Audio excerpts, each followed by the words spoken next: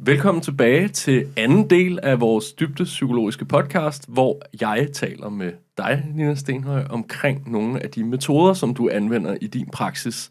Og til jer, som så med i det sidste afsnit, hvor vi talte om EMDR, så vil I også kunne se, at det, vi skal tale om i dag, hænger ret godt sammen med EMDR. Og derfor så vil dagens afsnit også være en sammenflætning af nogle af de her ting, vi har talt om fra det tidligere afsnit.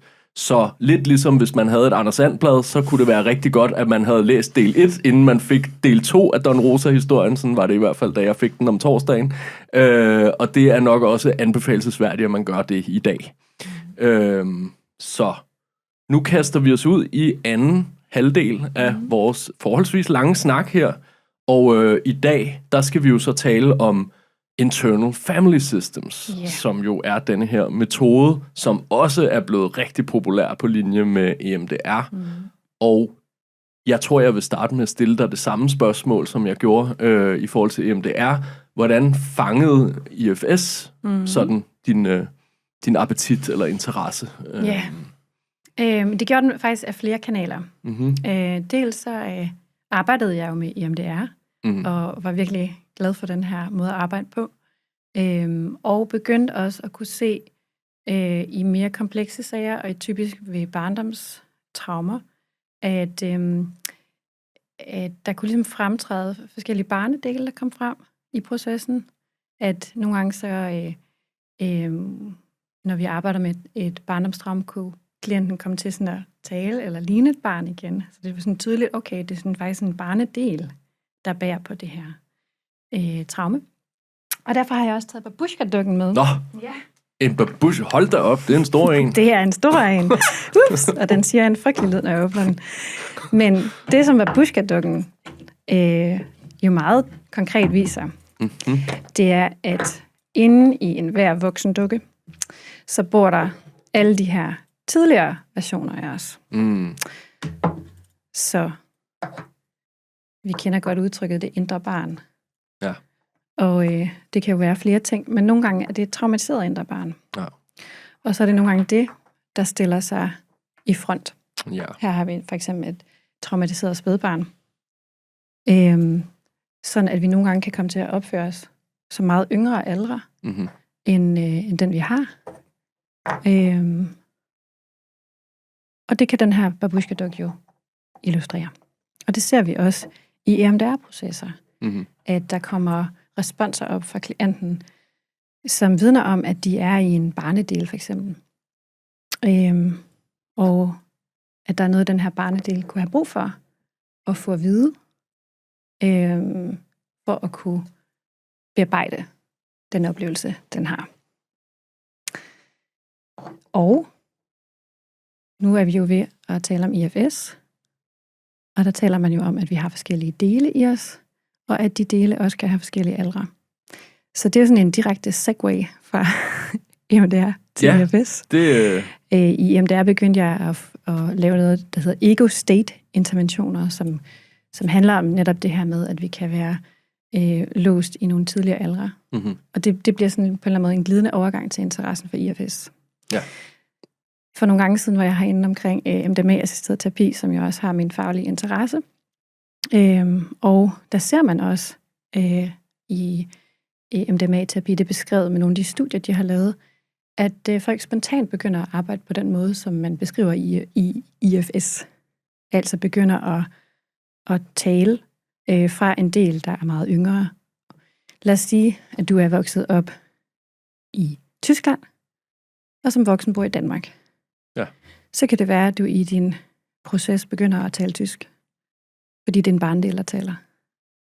Okay, det er jo en smart måde lige at spotte det. Yes, det er jo meget tydeligt, ikke? Men altså... Hvad kunne være en mere subtil måde, måske? Mere subtil kunne være, at du kan mærke, at den del, du taler med, er yngre. Ja. At du starter med at sidde over for en voksen. Ja. Men nu er det ligesom om, du sidder over for en lille pige. Og hun har måske nogle af de samme sådan nonverbale træk, som en lille pige har, ikke? Der kommer mange associationer for mig der. Ja. Det er faktisk ret tydeligt med ret mange klienter, det der. Og det kan også være ret tydeligt i parforhold. Ja. når vi bliver trigget. Så det det er sådan, man kan sige, noget af det, som kan... det kommer jeg til at tænke over det der. Ja. Ja. Så, og så kom interessen for IFS ved også, jeg var på et introkursus i IFS med Signe Stenberger. Og det var faktisk lige inden jeg skulle i den podcast, vi lavede første gang sammen. Ja. Og jeg kan godt afsløre, at jeg har haft meget angst for at tale i forsamlinger. Okay, ja. Så da hun spørger... en lille selvafsløring der. Ja. Så da hun spørger, er der en, der vil melde sig til en demo af IFS? Ja. Så kan jeg mærke, nu begynder mit hjerte at banke hurtigere. Ja. Og jeg ved, at jeg skal ind og tale med dig, og det bliver videofilmet, og det bliver optaget, og det bliver sendt ud. Ja. Der er en del af mig, der er virkelig bange. Den del sætter jeg mig op i stolen med. Ja. Og så sad jeg ellers foran alle mine kolleger, daværende kolleger i Viborg, Silkeborg og Skive. Og da hun spørger, hvad det er for en del, vi skal arbejde med, så er det er en del, der er bange for at tale i forsamlinger. Ja. Og så laver vi et rigtig fint stykke terapeutisk arbejde der. Okay. Og jeg får oplevet indefra, hvordan det er at arbejde med IFS, sådan i dens rene form, hvor jeg havde indtil da måske lavet lidt nogle bastardversioner kombineret med det. Men jamen, det er. Ja. Så det er jo sådan forskellige man kan sige, erfaringer, der gjorde mig intrigued med IFS. Både fra det, man kan observere i studierne af MDMA-terapi, og det at opleve IFS indefra i den her demo, og også at opleve, hvor meget det gjorde en forskel for, bare på den ene demo, vi lavede, at jeg er meget mere afslappet kunne sidde her i studiet med dig. Ja. Og så selvfølgelig også nogle af de interventioner, jeg begyndte at bruge, når jeg lavede EMDR. Ja, det lyder meget kraftfuldt. Ja. Og så har jeg så siden taget Level 1-uddannelsen. Level 1. Som er det sådan en US-ting? Ja, det er en US-ting. Og det er jo sådan, hvor vi arbejder rigtig meget med vores egne dele. Okay. Ja, og for nu at komme ind på IFS, så er det Internal Family Systems. Ja. Det stammer fra, man kan sige, hvorfor hedder det noget med Internal Family Systems? Jamen det er fordi Richard Schwartz, som siger, han ikke opfandt metoden, han opdagede den. Ja. Han arbejdede egentlig med ekstern familiesystemisk terapi, altså hvor man taler meget omkring, hvilke roller og relationer der er i en familie, og har en tanke om, at kan vi ændre noget i dynamikkerne der, til det mere positive, så vil symptombæreren, altså det barn, der bærer symptomerne i familien, så vil de symptomer gå væk. Ja. Og det fandt han bare, at det var ikke altid tilfældet. Selv hvis de fik bedre dynamikker i den ydre familie, så var det ikke altid, at barnet eller den unges symptomer gik væk af den grund. Og han arbejdede meget med spiseforstyrrede patienter, og så, at når han så begyndte at interessere sig for, hvad der foregik i deres indre liv, så kunne han se, at de begyndte sådan spontant at fortælle om, så er der en del af mig, der har lyst til at give slip, og har lyst til at sådan være lidt fandenivoldsk og sige, nu spiser jeg bare. Og så er der en anden del, som siger, nej, nu har du spist alt for meget, nu skal du blive restriktiv, nu skal du kaste op, nu skal du motionere. Så er der en anden del, der bliver virkelig skamfuld over, at jeg gør de her ting, og så ruller møllen. Ikke? Så kunne han se det pendulere fra det ene til det andet. Men han opdagede ligesom, at de mennesker, han talte med, selv begyndte at beskrive, hvordan det var dele, der ligesom styrede showet indeni. Og så opdagede han også noget andet, at nogle af dem kunne beskrive, at der er en del, der ikke er en del. Den lader vi lige hænge. Den lader vi nemlig hænge. Ja, okay. Jeg kan godt afsløre til senere, at det er det, som man i IFS kalder selvet, med stort S. Okay. Og det skal jeg nok beskrive så godt jeg kan lidt senere. Ja. Så i IFS, der har man nogle præmisser. Man har den præmis, at psyken er multipel. Ja. Altså, den består af forskellige dele, men man faktisk går så vidt som til at sige, at den består af forskellige delpersonligheder. Ja. Og det er helt naturligt. Altså, jeg forestiller mig ligesom, vi kommer til verden med kimen til alle vores forskellige dele. Og så er der nogle dele, der bærer på nogle bestemte type energier, kunne man kalde det, ikke? Som er på den, har sådan forskellige farvninger eller nuancer i deres personlighed, som der ligger kimen til. Ja. Og i IFS vil jeg sige, det er sådan, det er. Det er der ikke noget patologisk i. Nej. Og så er der en anden vigtig præmis, som også samtidig er titlen på en af Dick Schwartz's bøger, og det er, at der er no bad parts. Så der er ikke nogen af de her dele, der er onde, eller destruktive, eller vil noget skadeligt for det system, der er den enkelte person.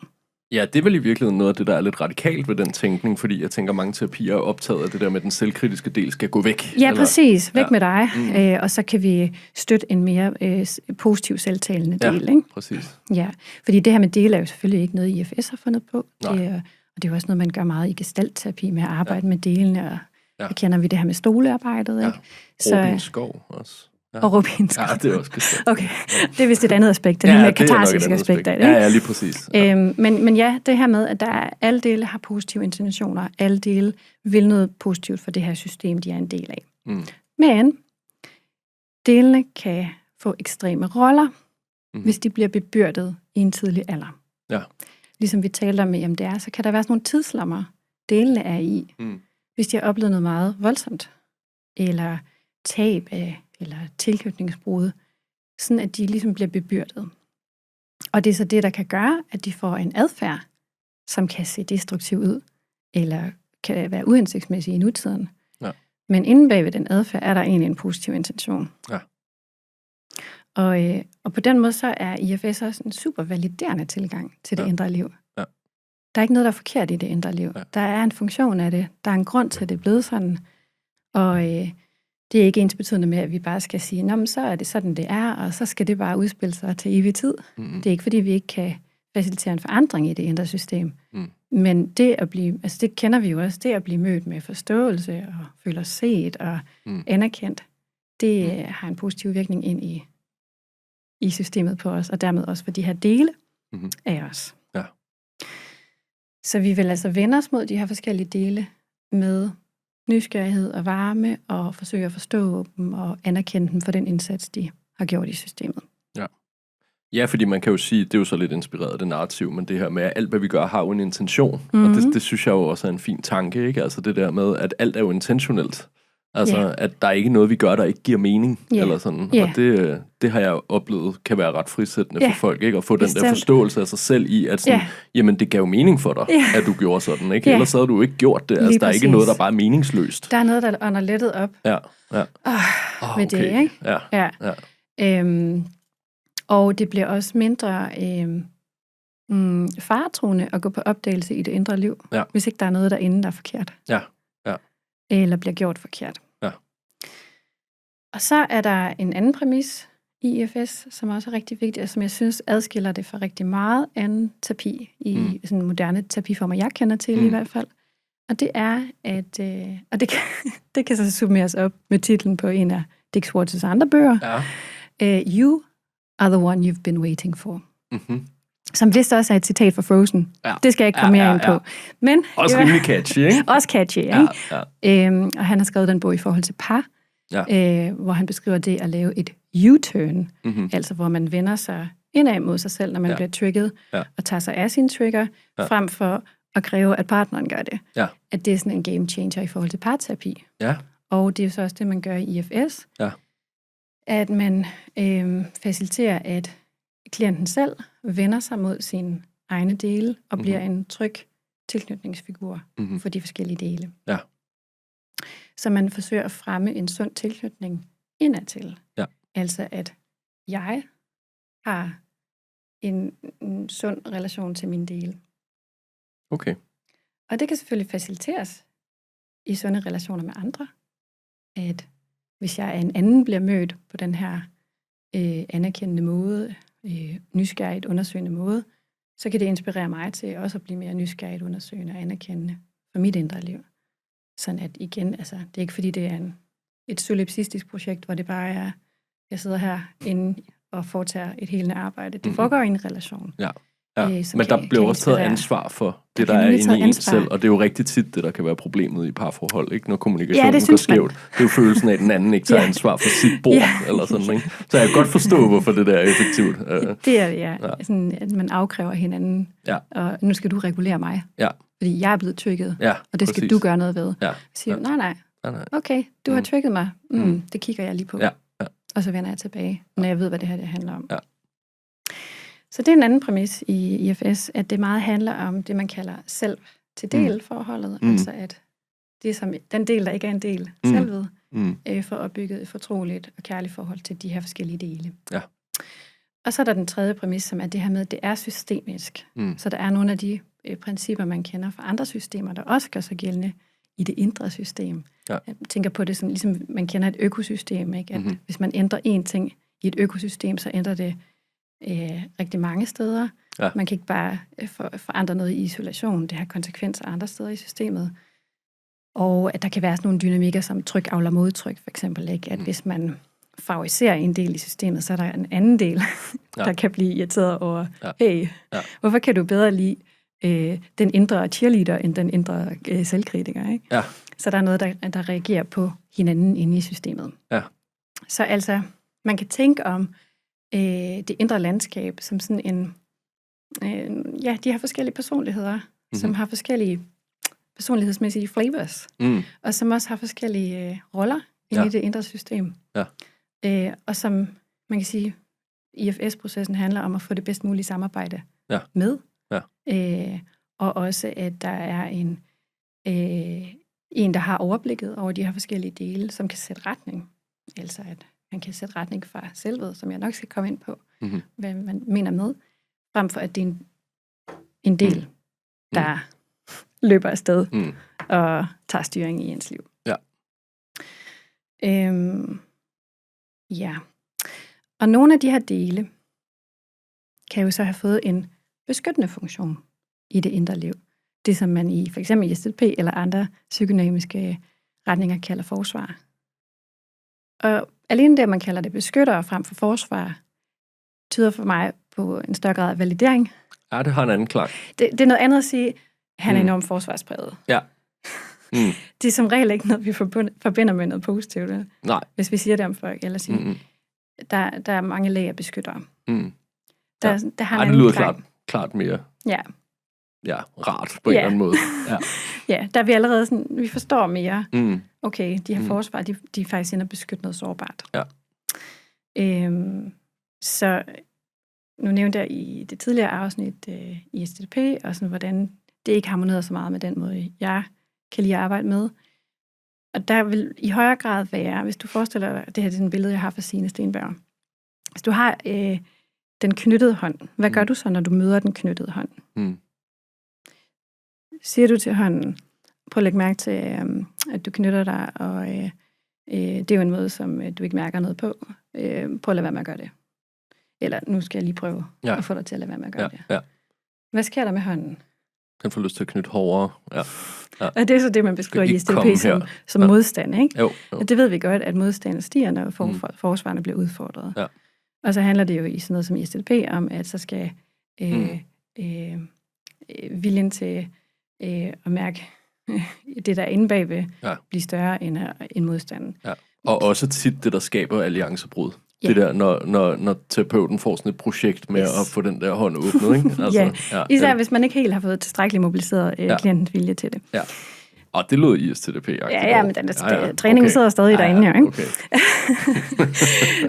Men i IFS, der har man, fordi man har en mere validerende tilgang til forsvarerne. Altså jeg tror, Davanlu, som har grundlagt i STP, han beskrev, I have total regard for the patient. I have total disregard for the patient's defenses. Okay, det er også hårdt. Ja, det er bare løjer, ikke? Ja, det er det godt nok. Hvor man i IFS har en mere validerende tilgang til, at forsvarerne har haft en beskyttende funktion, og til dels stadig kan have det, og i hvert fald kan tænke, at de er virkelig vigtige for at stadig at beskytte noget. Ja. Så der er der sådan en parole med, what is in the way is the way. Okay, ja. Altså i STP vil man godt tænke, måske lidt karikeret, at forsvarerne er i vejen. Ja. Men i IFS siger man, det er vejen. Ja. Så der er billedet igen med den knyttede hånd. Hvad gør vi, når vi møder den knyttede hånd? Ja. Hvis vi lægger en hånd på og siger, det er okay, du er her. Jeg forstår godt, at du har brug for at knytte din hånd. Og du skal vide, der er andre måder at være i verden på, men du bestemmer selv. Og jeg er her, når du er klar. Det lyder også meget omsorgsfuldt. Ja, det kan jeg godt se for mig, at det der sker. Ja. Så i IFS udviser man stor respekt for beskytterne, for den rolle, de har påtaget sig. Typisk jo også i en tidlig alder, hvis de beskytter noget, der er meget sårbart. Og også den tro tjeneste, de har gjort i systemet. Det er hårde arbejde, de har lagt i, og forsøge at forhindre dig i at komme i kontakt med traumerelateret eller andet form for tidligt ubehag. Ja. Okay. Jeg ved jo i hvert fald, at der er noget i IFS, der handler om det her med, at der er nogle managers og nogle brandslukker og sådan noget. Jeg har set sådan et billede med en, der kommer med den der store brandslange og sådan noget. Og så er selvet der i midten, eller sådan, ikke? Altså, så jeg tænker, nu har du jo teaset lidt med det der selv, og hvad er det for noget? Og sådan, så jeg tænker måske, hvis du kan forklare lidt om det der, med de der forskellige funktioner der. Det skal jeg gøre. Selvet, eller selvenergi kalder man det også, fordi det er jo ikke sådan en størrelse, det er jo ikke en person, der er selvet. Det er mere en form for energi. Okay, sådan lidt spirituelt faktisk. Det er jo nok der, vi må sige, at IFS har en psykospirituel kerne. Men det behøver ikke at være noget, man køber ind på, hvis man ikke er spirituel som klient. Jeg tænker, det som selvet består af i IFS, kan man rigtig godt lide sådan noget med bogstaver. Så der plejer man at sige de 8 C'er. Okay, ja, selvfølgelig. Ja, det er klart. Så selvet er ligesom de her C-kvaliteter. Og man kan sige, at enhver person selv har et forskellige fingeraftryk. Så dine selvenergikvaliteter vil være lidt forskellige fra mine, ligesom vores fingeraftryk er det. Men der er ligesom nogle af de her kvaliteter, der går igen i mere eller mindre omfang. Ja. Og det er sådan noget som curiosity, nysgerrighed. Så er det calm, at være rolig. Og så er det connectedness, altså at man søger at være i forbundethed på en autentisk måde. Og så er det, at man er compassionate, altså har medfølelse. Og er courage, udviser mod. Og confidence, udviser selvsikkerhed. Og clarity, altså at man har klarhed. Okay, det lyder som et ret sted at være det der. Super lækkert sted. Totalt i send. Og så det sidste C, creativity. Og så taler man også nogle gange om et 9. C, som er choice. Altså at selvet ikke har en agenda eller lægger noget pres. Den vil ikke et bestemt sted hen med nogen eller noget. Men altså, er vel drevet af noget nysgerrighed? Ja. Den er drevet nysgerrighed, men den vil ikke noget med sin nysgerrighed. Nej, okay. Der er forskel på, om jeg nysgerrigt undersøger, fordi jeg har en eller anden agenda med det, eller om jeg nysgerrigt undersøger for at forstå. Ja, okay. Så sådan lidt den der barnlige nysgerrighed. Det kan man godt sige. Ja. Hvad er det for noget? Ja, lige præcis. Ja. Og det er jo et godt eksempel på, at vi har det helt fra starten. At børn har også selvenergi, kreativitet og alle de her fine connectedness-egenskaber. Ikke? Men igen, hvis vi tænker det her med, at delene der er kimen til delene i en umoden form, når vi kommer til verden, så er der også kimen til selvet i en umoden form. Og som blandt andet viser sig ved creativity og connectedness. Og det er egentlig sjovt, de alle sammen starter med C. Det er lidt sjovt. Det er faktisk lidt påfaldende. Men der er også en ekstra, der ikke starter med C. Ja, det der, det bliver lidt rebelsk. Ja, okay. Det kan jeg meget godt lide. Ja. Og det er sådan en C-kvalitet, en selvenergikvalitet som taknemmelighed. Okay, den skulle alligevel lige med. Så man kan sige, at det er jo nogle meget fine egenskaber, uanset om man er spirituel eller ej. Ja. Men det er jo noget, man i spirituelle traditioner har beskrevet på tværs af verden. Enten som Buddha-natur, eller vores sjæl, eller the beloved, eller kærlighedskraft. Ja. Så det er jo noget, man sådan har begrebsliggjort i spirituelle retninger, som en helende kapacitet. Ja. Og det er jo også noget, der går igen, man kan sige, det selvhelende, at der er noget iboende selvhelende. Ja. Det går igen med EMDR. Jeg tænker også, det er derfor, integrationen med EMDR er så nærliggende, fordi de egentlig bygger på den samme tankegang om, at der er noget selvhelende iboende mennesket. Ja. Noget, jeg godt kan lide ved den måde selvet beskrives på, det er, at der både er det, man kan kalde yin-kvaliteter og yang-kvaliteter. Så yin, det er det her sådan mere rummende, det er sådan calm, compassionate, connected, meget favnende.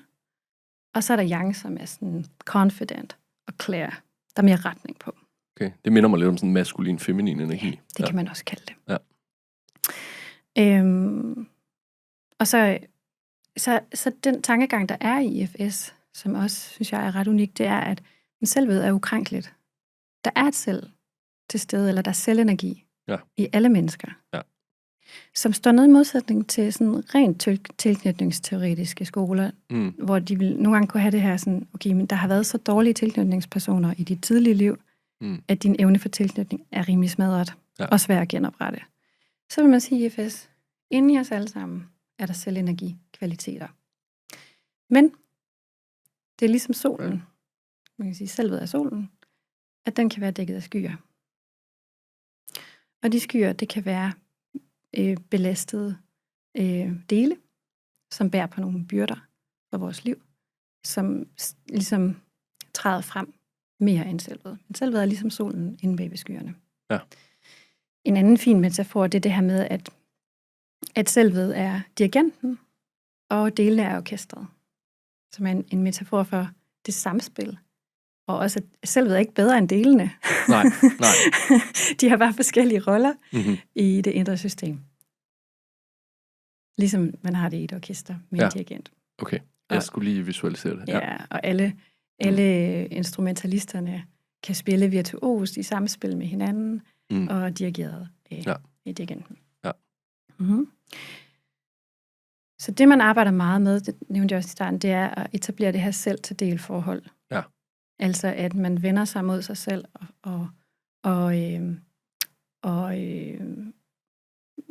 vi forsøger at fremme den her nysgerrige tilgang til det indre liv. Ja. Men der kan jo også være dele, der stiller sig i vejen.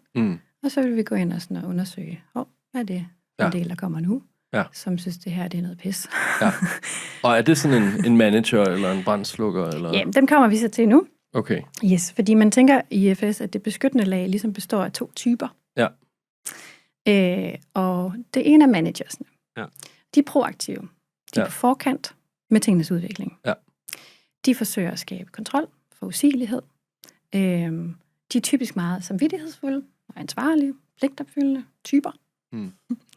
Fine dyder. Den type. Ja. Og det er sådan, man kan sige, det er deres essenskvaliteter, når de ikke er bebyrdet. Det er, de er samvittighedsfulde, ordentlige, har styr på tingene. Så de har egentlig også nogle C-kvaliteter i bogne, som er sådan mere sådan calm og confident. Men de kan selvfølgelig blive bebyrdet af det, vi oplever tidligt i livet. Sådan at de tager en rolle på sig for at forhindre os i at komme i kontakt med enten smerten ved det, der er sket, eller noget lignende den smerte, der skete engang. Så lad os sige, at jeg er blevet forladt som barn. Så kan jeg have udviklet en manager, der sørger for, at jeg ikke bliver forladt igen. Så strategien eller mottoen er never again. Så den tager den her rolle på sig og gør alt, hvad den kan for at forhindre mig i at blive forladt. Både så jeg ikke bliver trigget til den gamle smerte, men også for, at der ikke sker en lignende situation igen. Og man kan sige, jo tidligere traumet i bred forstand er sket, jo yngre vil beskytteren også typisk være. Ja. Så det kan være en barnedel også, som ligesom tager den her vigtige rolle på sig og sørger for, det ikke kommer til at ske igen. Så det kan også betyde, fordi det er en barnedel, der jo ikke har den voksnes kapacitet, at den bliver bebyrdet. At den arbejder rigtig hårdt, og ikke har så fleksible strategier, men kun har den her ene strategi for at undgå det. Der bare er push. Bare push through, ikke?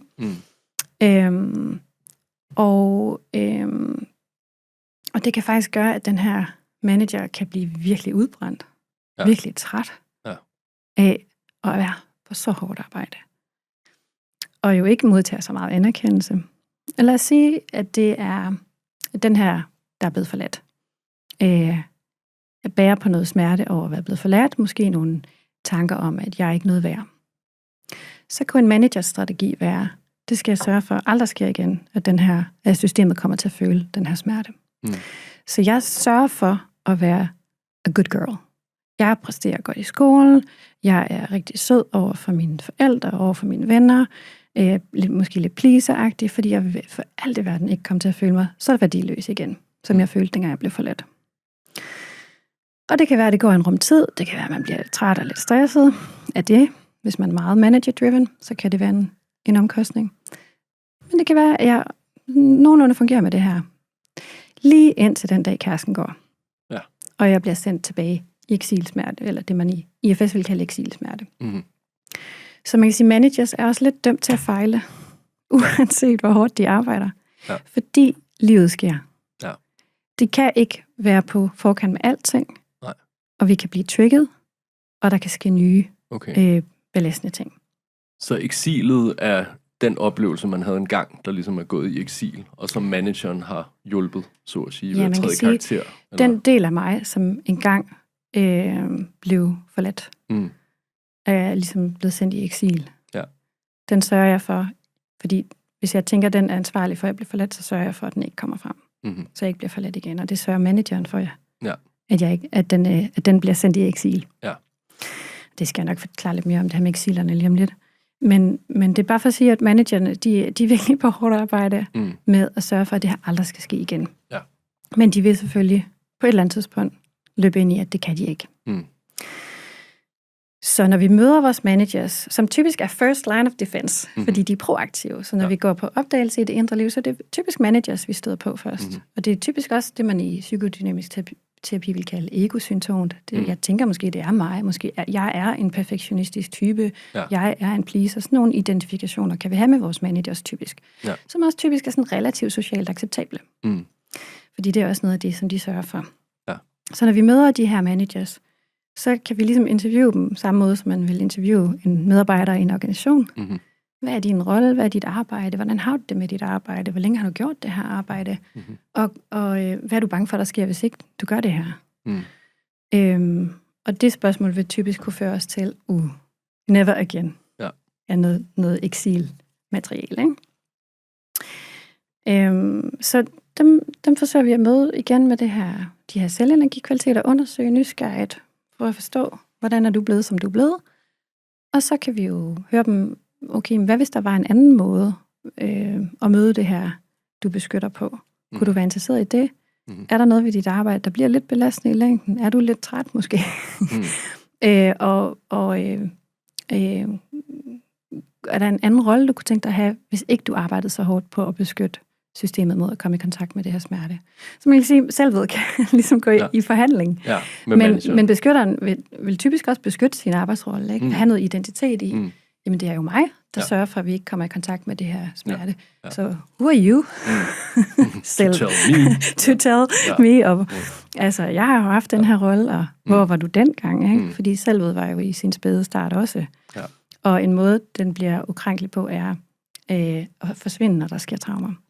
Nå, men så det er managers.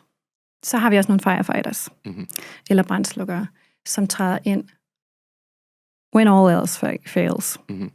Så når der sker noget, der reaktiverer et gammelt traume, eller der sker et nyt lignende traume, så går de ind og sørger for at slukke den brand, den følelsesmæssige brand, der opstår ved det.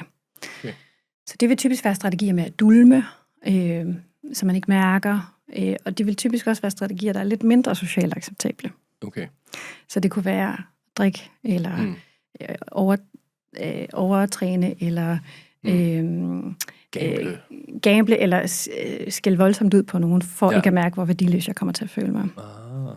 Så eksilerne til gengæld, de bærer jo på de her byrder af at føle sig værdiløse, og bærer på meget skam. Og det er det egentlig beskytterne forsøger at forhindre også i at komme i kontakt med. Både skammen og frygten fra den gang. Okay. Men brandslukkerne vil igen forsøge at forstå og validere deres positive intentioner. Ja. Og vi vil ikke have travlt med at nå ind til eksilerne. Nej. Fordi vi anerkender, at systemet har følt et stort behov for at beskytte os mod at mærke den eksilsmerte. Og vi skal ligesom blive venner med vores beskyttere, og de skal føle sig anerkendt og forstået, og de skal også få tillid til, at nu er der mere selvenergi i systemet, fordi jeg er voksen, som kan gå ind og møde de her eksiler fra de her C-kvaliteter, som er helende at være i forbindelse med. Men jeg tænker, brandslukker kommer vel, hvis eksilet larmer lidt? Eller? Præcis. Ja, okay. Ja. Så en reaktiv strategi, når managerne ikke har kunnet forhindre det. Ja. Og så er man kan sige målet i IFS, Mm.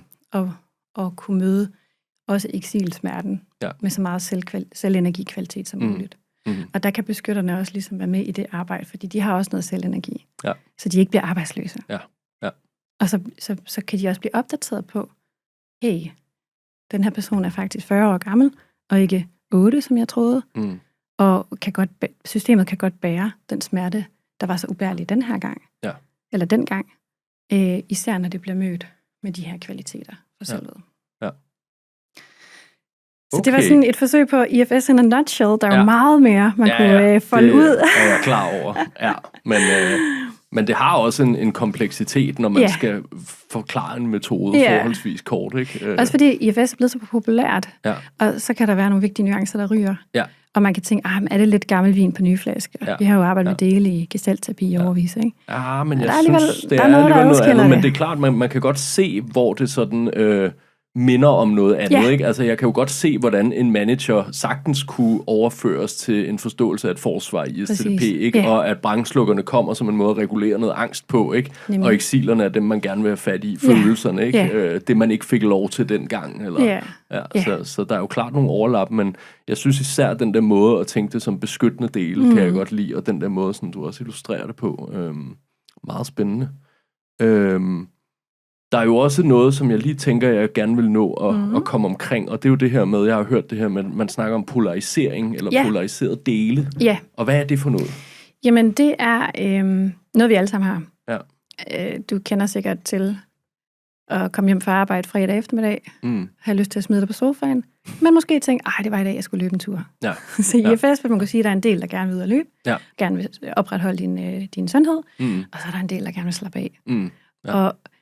Og det kunne godt være en manager og en brandslukker, der står lidt i opposition til hinanden. Ja. Og nogle gange løses det af, at børnene så siger, at vi skal se fredagstang sammen, og så er jeg sådan, yes, det er lige præcis det, vi skal. Jeg har ikke noget valg, fordi jeg skal jo være en god far, jo. Så, og det er jo helt normalt, ikke? Og man kan sige, at brandslukkerne har jo den der ventilfunktion. Så når brandslukkerne er afbebyrdet, så vil de egentlig gerne have til at nyde livet, og de er måske lidt mere fandenivoldske, eller sådan. Hvor managers, når de er afbebyrdet, egentlig arbejder for vores... mere pligtopfyldende, ikke? Jo. Så det vil kunne være en typisk polarisering. Ja, okay. Så kan man sige... Så sådan også det man tit ser som ambivalens i terapirummet, tænker jeg, ikke? Jo. Der er den ene side siger sådan her. Jeg vil gerne spise, men jeg vil ikke spise. Ja, jeg vil gerne gå for kæresten, jeg vil gerne blive med kæresten. Ja. Og nogle gange kan polarisering jo, ambivalens, blive et forsvar mod noget dybere liggende. Ja, klart. Så det kan det jo selvfølgelig også blive i IFS. Ja. Og så kan polariseringen blive ekstrem. Ja. Jo mere traumatiseret systemet er. Ja. Så kan de her dele være blevet tvunget ud på et tidligt tidspunkt i nogle lidt ekstreme roller, og på den måde sådan bekrige hinanden for nogle lidt ekstreme steder. Mm-hmm. Og der vil det igen handle om at forsøge for selv ved, og at møde de her dele, og også få dem til at møde hinanden, så de kan forstå, at nogle gange har de den samme intention, men forskellige strategier. Og når de så kan se det, så kan de bedre samarbejde. Ja. Frem for at de tænker, du er bare sådan en type, der vil det, og du er bare sådan en type, der vil det, ikke? Du er bare sådan en control freak, og du er bare sådan en uansvarlig type. Så kan de se, okay, vi vil faktisk noget positivt. Igen, der er en positiv intention på vegne af systemet. Skal vi prøve at snakke sammen? Ja. Kunne der være sådan et Venn-diagram, hvor man mødtes i noget fælles? Ja. I et fælles mål. Og typisk vil det også være den samme eksil, beskytter. Ja. Og det må jo blive en anden god gang, vi snakker om det, men det er klart, det minder mig jo om den her dissociative identitetsforstyrrelse, som jeg jo netop tænker er sådan den mere ekstreme grad af polarisering, altså hvor det jo er blevet helt fraspaltet, og hvor der er hukommelsestab imellem de forskellige personligheder. Ikke? Jeg tror, Signe Stenberg bruger det udtryk, at de lever satellittilværelser. Ikke? Ja. De kender slet ikke til de andre dele, og de træder meget tydeligt frem og tager styringen i personens liv. Ja. Og bærer på noget traumemateriale, der gør, at det bliver svært at være i livet. Ja, klart. Og så kan det jo være nødvendigt at have en så stor grad af polarisering, tænker jeg, ikke? Ja. For at forhindre at komme ind i den smerte, der er blevet forvist. Ja. Og nu laver du jo et ganske glimrende salgsarbejde for IFS og EMDR, og samtidig så tænker jeg, at der må jo også være nogen, der er lidt kritiske. Selvfølgelig altså, så jeg tænker, hvem kunne synes noget kritisk om det her, eller sådan, hvem kunne tænke, at det ikke var en hensigtsmæssig måde at arbejde på, eller kan du sige lidt om det? Ja, det kan jeg. Altså, der kan jo være lidt forskellige kritikker af EMDR og IFS. Noget af kritikken af EMDR kan være er det ikke bare habituering? Mm. Det kan jeg huske, jeg læste, da jeg læste på studiet. Der blev det bare sådan dismissed, som om det er bare habituering. Det der med øjenbevægelserne. Ja. Og der har EMDR-forskere verden over virkelig sådan, nej, det er ikke bare habituering, og se, hvordan den bilaterale stimulation faktisk gør en forskel. Ja. Så kan der være en anden kritik af EMDR, faktisk også ud fra et IFS-perspektiv, at nogle gange kan EMDR gå for hurtigt frem til eksilet, eller til den forviste del. Ja. Og så vil der kunne være nogle beskyttere, der ikke ligesom har følt, at de var med. Nå, så IFS og EMDR er også lidt sådan i dialog omkring, hvad de synes, der er den bedste måde at gøre tingene på. Ja. Nogle gange, så skal man jo ikke bare... Altså, i EMDR vil vi kunne gå hurtigere til eksilet. Ja. Og hvor i IFS vil man arbejde længere tid med beskytterne. Ja. Så lidt afhængig af, hvad det er for et traume, man har været udsat for. Hvis det er et tilknytningstraume, så vil der være noget vigtigt at arbejde med beskytterne først. Ja. Og hvis det er det, man kalder et event-trauma, altså en begivenhedstraume, et eller andet choktraume, der er sket, så kan der være en fordel i at arbejde med EMDR først, fordi det ret hurtigt forløser de symptomer, man har på det. Fordi det er sådan enkeltstående frem for kontinuerligt. Ja. Så der er lidt forskellige sådan, prioriteringer. Og kritikken af IFS er jo, at den ikke der er ikke så meget evidens bagved. I forhold til, hvor populær den er, så er der meget lidt forskning. Ja. Og der har jeg lyst til at sige, at modkritikken til det kan være, jamen den består af nogle komponenter, vi kender fra andre terapiformer og fra andre sådan, spirituelle traditioner. Så der er på en måde en anden type evidens for det. Ja, når noget er nyt, så kræver det jo også, at man skal følge metoden i noget tid, eller sådan, for at kunne lave forskning. Men generelt synes jeg jo også, at det er jo det, man ofte møder af kritik af metoder, det er jo det der med, det er jo også enormt svært at undersøge, tænker jeg med EMDR. Hvordan kan man undersøge, at det er den bilaterale stimulation, der virker? Altså det tænker jeg også må være svært at undersøge, at vi kan se, det virker i terapirummet. Ja, altså kan du lave det samme, bare uden bilateral stimulation. Ja, så kan du sammenligne med to grupper, ikke? Men der vil jo altid være de der variable omkring timing. Og man kan sige, at pionerarbejde er aldrig vel undersøgt. Nej. Men i forhold til kritikken af IFS, så består IFS jo af nogle velkendte greb, terapeutisk, ikke forsvar, som vi så kalder beskyttere. Det er jo også lidt tilbage til Rogers' unconditional positive regard, som en faktor i terapi for healing. Ja.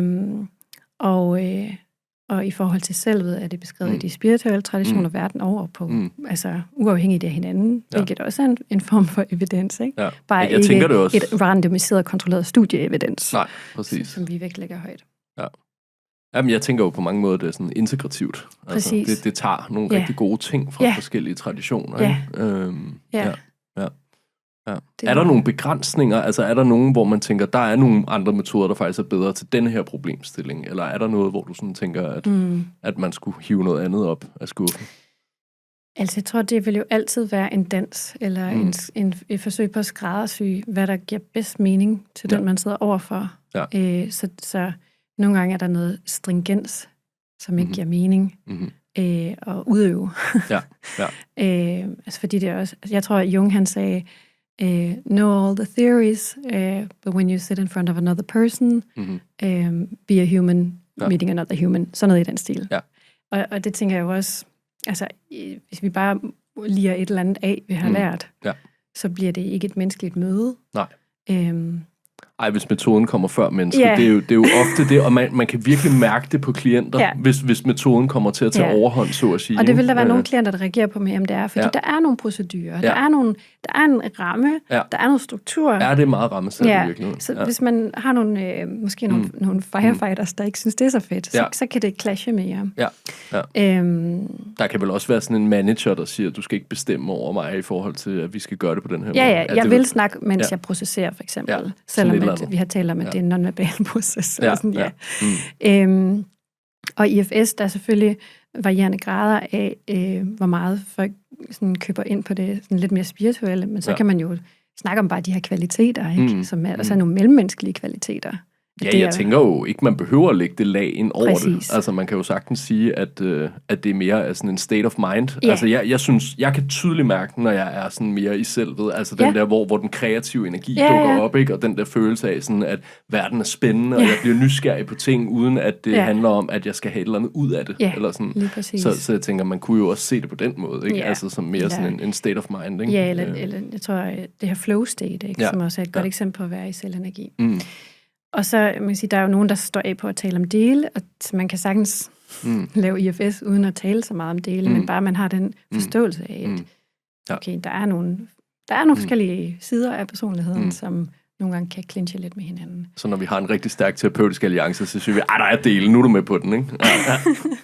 Men altså, jeg tænker, John Frederickson, som er en af ISTP-mesterterapeuterne, som jeg så meget op til, han sagde på et tidspunkt, every method works until it doesn't. Og sådan er det jo med de her metoder, vi finder på. Vi har jo ikke et fuldt landkort over psyken, nogen af os. Heldigvis, jeg tænker tit på det som den her fabel med elefanten og de blinde mænd. Ja.